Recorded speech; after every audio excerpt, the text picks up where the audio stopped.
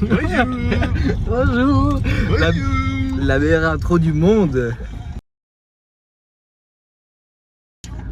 Bon les gars, bienvenue dans l'épisode 36. 36 le matin. L'épisode 8 de Road to Power. Bon, franchement avec le coronavirus c'est la grosse dèche. J'essaie de trouver... Non, on peut faire la radio. Nice. J'essaie de trouver des sujets. Et mon ami Juju m'a permis de trouver un nouveau sujet. Par contre avec La vie à René, gros. Tu La vas vie- découvrir la vie à René, c'est la parfait. vie à René. C'est magnifique. En plus je suis né à René gros. Sérieux? Ouais. Tu vas retourner dans ta ville natale. gros.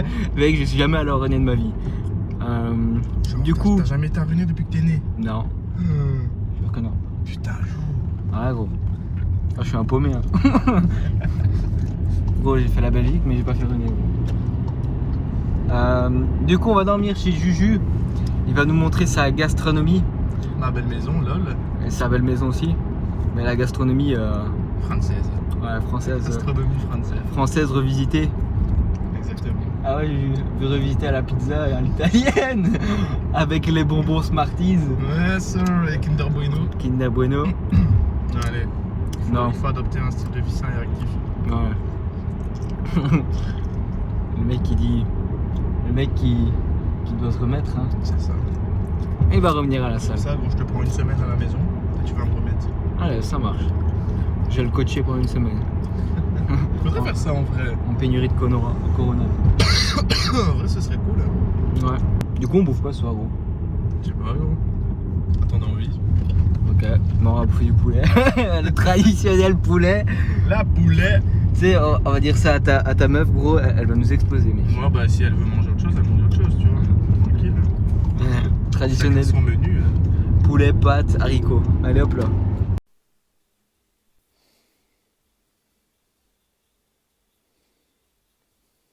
On peut lire la tension sur son regard.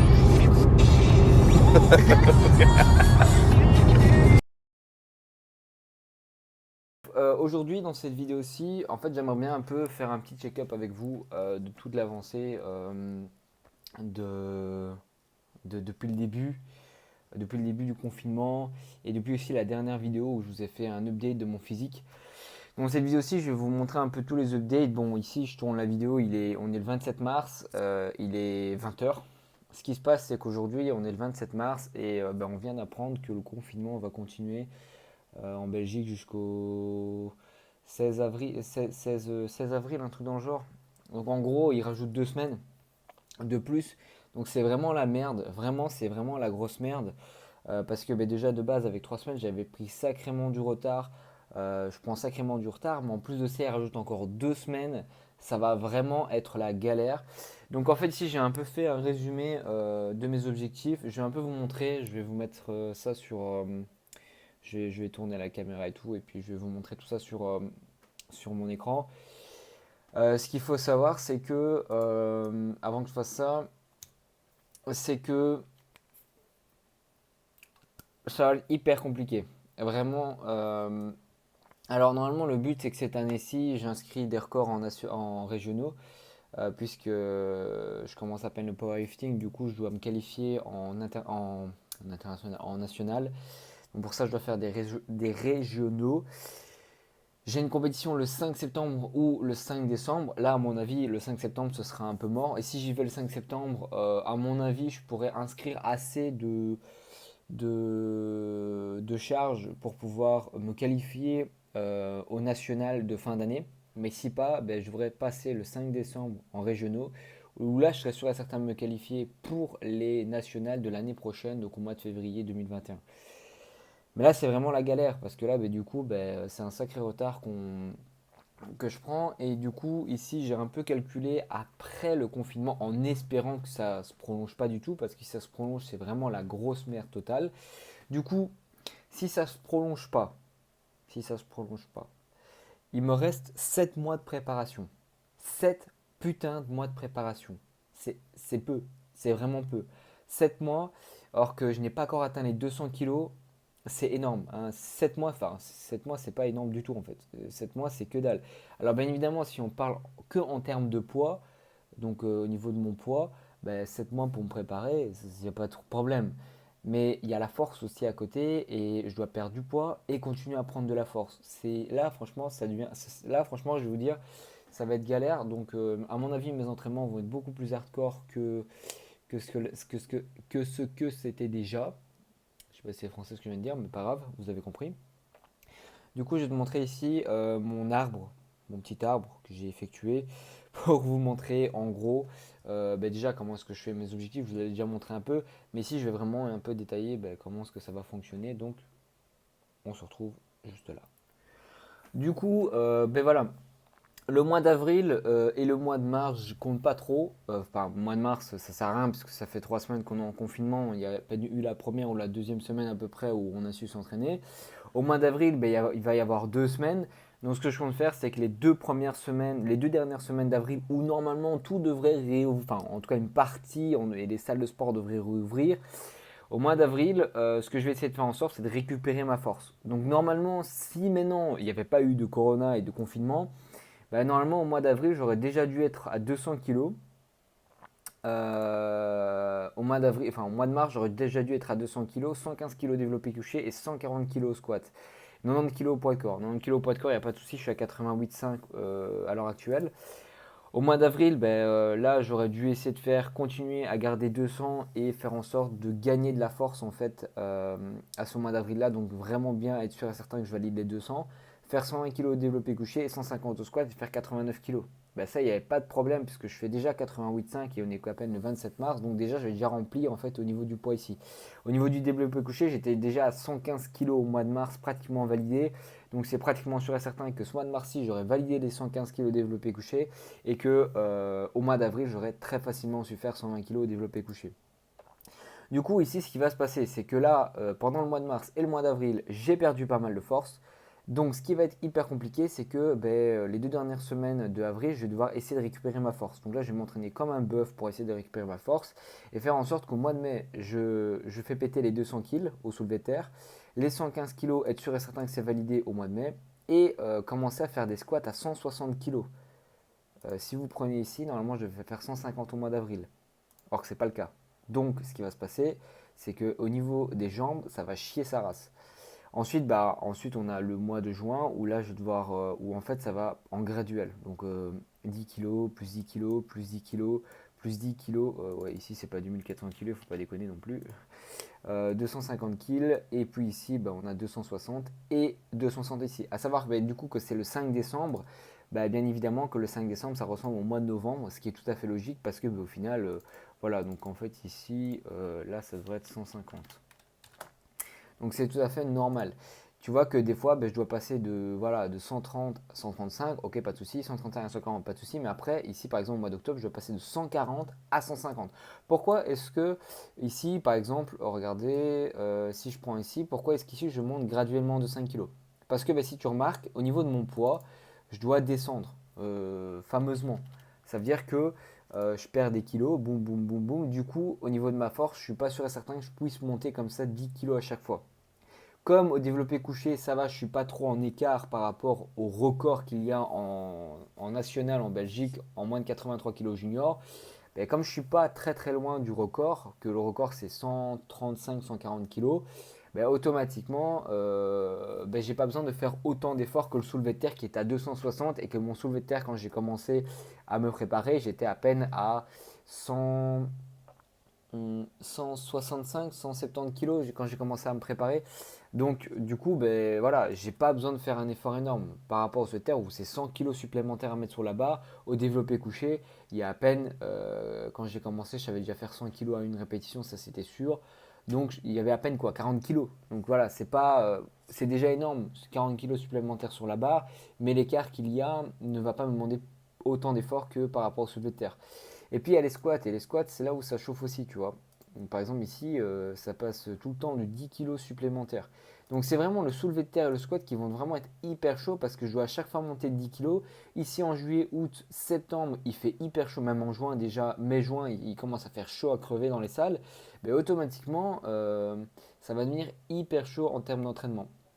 Donc, à mon avis, mon poids va fondre comme neige, puisqu'il va commencer à faire beau, etc. Donc, ça va être godlike en termes de perte de poids. Par contre, en termes de force, c'est là où j'ai peur que ça tape. Et donc, comme tu peux le voir, je n'ai plus que 7 mois pour me préparer, quoi. J'ai mai, juin, juillet, août, septembre, octobre, novembre, 3, 6, 7, ouais, 7 mois. 7 mois, donc ça va être hyper chaud patate. Même si je suis hyper confiant, je suis sûr à certain qu'il y a moyen que j'y arrive.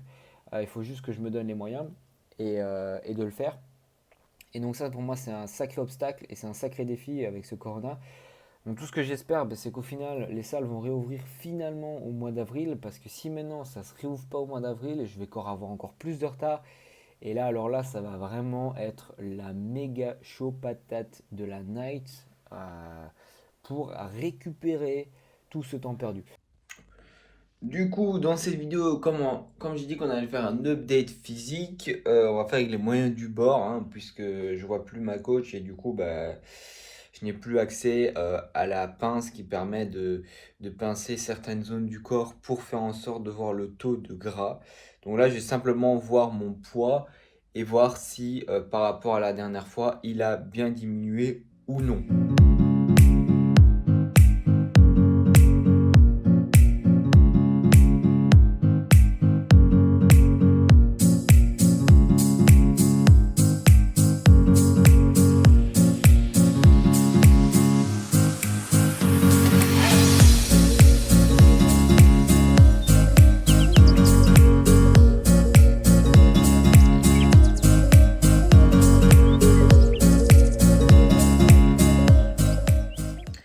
Donc du coup, pour le confinement, je trouve que c'est plutôt pas mal, hein, franchement, honnêtement. Euh, Physiquement, je j'ai pas pris beaucoup de gras, je crois, ou peut-être même que j'en ai perdu, je sais pas, j'ai pas regardé les photos avant-après que je viens de faire et la vidéo. Euh, du coup, je vais regarder ça juste après. Mais non, en termes de poids, par contre, 88,5, c'est waouh, ouais, c'est quand même pas mal du tout. À savoir que de base, quand j'allais me peser chez ma coach, il était 16h30, 17h. Du coup, j'avais quand même mangé déjà 4 repas sur la journée. Donc, on peut facilement dire que je suis à 91 kilos et quelques, enfin 91 kilos quand je mange tous mes repas. Donc, on peut rajouter facilement en fait 2 à 3 kilos supplémentaires. Donc, je vais rajouter voilà, quand même 2 kilos facile, 2,5 kilos facile pour prendre le juste milieu entre 2 et 3 kilos. Donc 2,5 kilos supplémentaires de 88,5, ça nous fait 91 kilos quoi, tout simplement.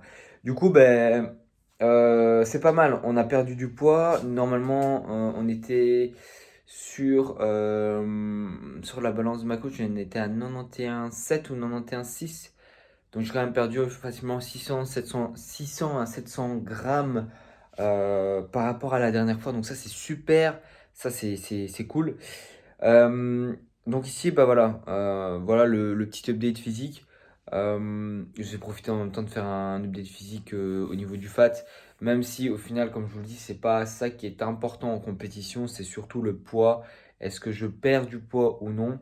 Alors bien évidemment, quand je vais être en compétition, je vais faire en sorte d'avoir mangé le moins possible lorsque je vais aller me peser, ce qui va vraiment me permettre, comme tu vois ici, là je suis à jeun, donc du coup, automatiquement le poids il s'effondre par rapport au fait que quand je vais me pesais à 17h chez ma coach, bien évidemment que par rapport entre 17h et le matin où je suis à jeun, c'est tout à fait normal que le poids s'effondre totalement.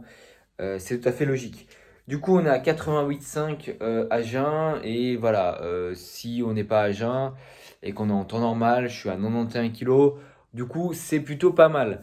Ce qui serait bien, c'est qu'en compétition, comme je te dis, que la compétition se fasse tôt le matin, comme ça, quand je vais à la compète, en fait, je fais juste les paperasses, les papiers, tout ce qui s'ensuit, je passe à la pesée, et comme ça, j'arrive là-bas à jeun, et en fait, avant même que je commence à concourir, je bouffe, voilà, je bouffe de la whey, donc un shake de protéines, avec à l'intérieur des flocons d'avoine et tout des trucs comme ça va directement s'assimiler dans mon estomac, ça va en tout cas s'assimiler beaucoup plus rapidement qu'un repas complet. Puisque ça reste du liquide et les flocons d'avoine, ça reste pas fortement sur l'estomac comme des pâtes ou une quantité incroyable de légumes comme j'ai l'habitude de faire. Bref, donc je vais aller manger moi personnellement, je vais aller prendre mon petit déj, je vais m'habiller Parce qu'on a le matin, du coup je cours en torse nu comme d'habitude, comme chaque matin. Et du coup je vais aller manger, puis ensuite je vais vous parler un petit peu et je vais clôturer cet épisode. Du coup, me revoilà plutôt. Je viens d'aller bouffer ma traditionnelle petite crêpe du matin avec mon petit kiwi, mon petit miel et tout ça. C'était hyper bon comme d'hab. Alors, donc j'espère que cette vidéo t'aura plu, même si voilà, il n'y a pas eu de séance de sport, il n'y a pas eu de contenu waouh, super génial. Il va nous montrer sa séance, ou il va nous montrer un exercice à faire pour augmenter sa force, ou une petite astuce, ou une petite technique, ou je ne sais quoi que je pourrais vous montrer. Non, cette vidéo aussi, c'était vraiment le but de remettre un peu à jour le physique, le poids, surtout aussi les entraînements, puisqu'ici il y a le Corona. Le Corona, il va durer encore jusqu'au 19 avril, le confinement, putain, c'est la grosse merde. Bref, on va pas s'attarder là-dessus, de toute façon il n'y a pas le choix, c'est tout.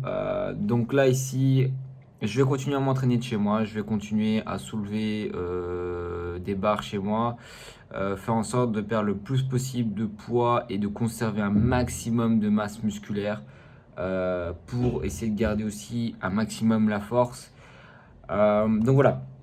Bref, moi je vais vous laisser sur ces dernières paroles et je vous souhaite une excellente journée, un bon confinement à tous, prenez soin de vous et à la prochaine pour l'épisode 9 de Road to Power.